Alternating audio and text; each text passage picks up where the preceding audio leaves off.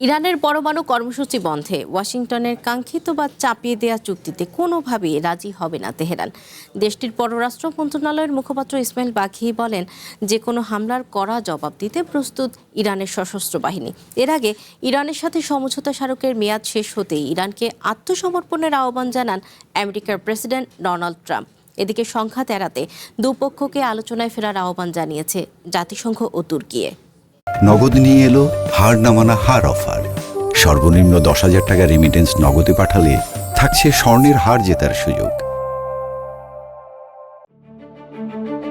7 দিনের যুদ্ধবিরতির মেয়াদ শেষ হলেও ইরান আমেরিকা চুক্তির ক্ষেত্রে কোনো অগ্রগতির দেখা মিলছে না। হোয়াইট হাউসে প্রেসিডেন্ট ডোনাল্ড ট্রাম্প বলেন, ইরানের পরমাণু নিরস্ত্রীকরণে আমেরিকা যেমন চুক্তি চায়, তেহরান তা বাস্তবায়নে রাজি হবে না বলে মনে করছেন তিনি। তবে যে চুক্তি হোক না কেন, তেহরানকে পরমাণু অস্ত্র অর্জনের কোনো সুযোগ দেবে না ওয়াশিংটন। ট্রাম্প স্পষ্ট জানিয়ে দিয়েছেন, শর্ত না মানলে ইরানের বিরুদ্ধে পদক্ষেপ নেওয়ার কোনো নির্দিষ্ট সময়সীমা বা তাড়াহুড়ো তার নেই।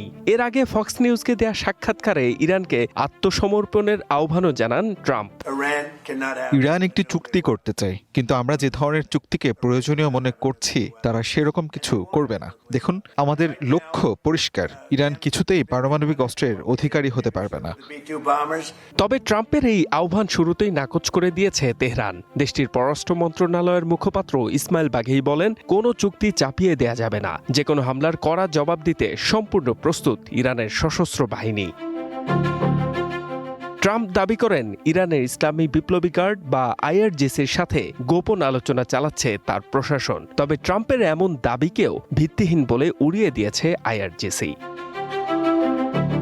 সংঘাতের পারদ পৌঁছেছে হরমুজ প্রণালীতেও। ওমানের সাথে জাহাজ চলাচলের আলাদা একটি সমঝোতা হলেও ইরান স্পষ্ট জানিয়েছে, আমেরিকার সাথে কূটনৈতিক প্রচেষ্টা ব্যর্থ হলে হরমুজে পূর্ণ আক্রমণাত্মক পদক্ষেপ নেবে তারা।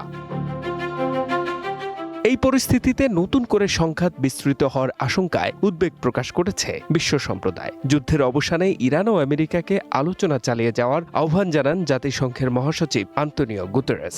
এছাড়া ট্রাম্পের সাথে ফোনালাপে সংঘাত নিরসনে সব রকম সহায়তার আশ্বাস দিয়েছেন তুর্কির president Recep Tayyip Erdogan. HM Ataullah, one international desk.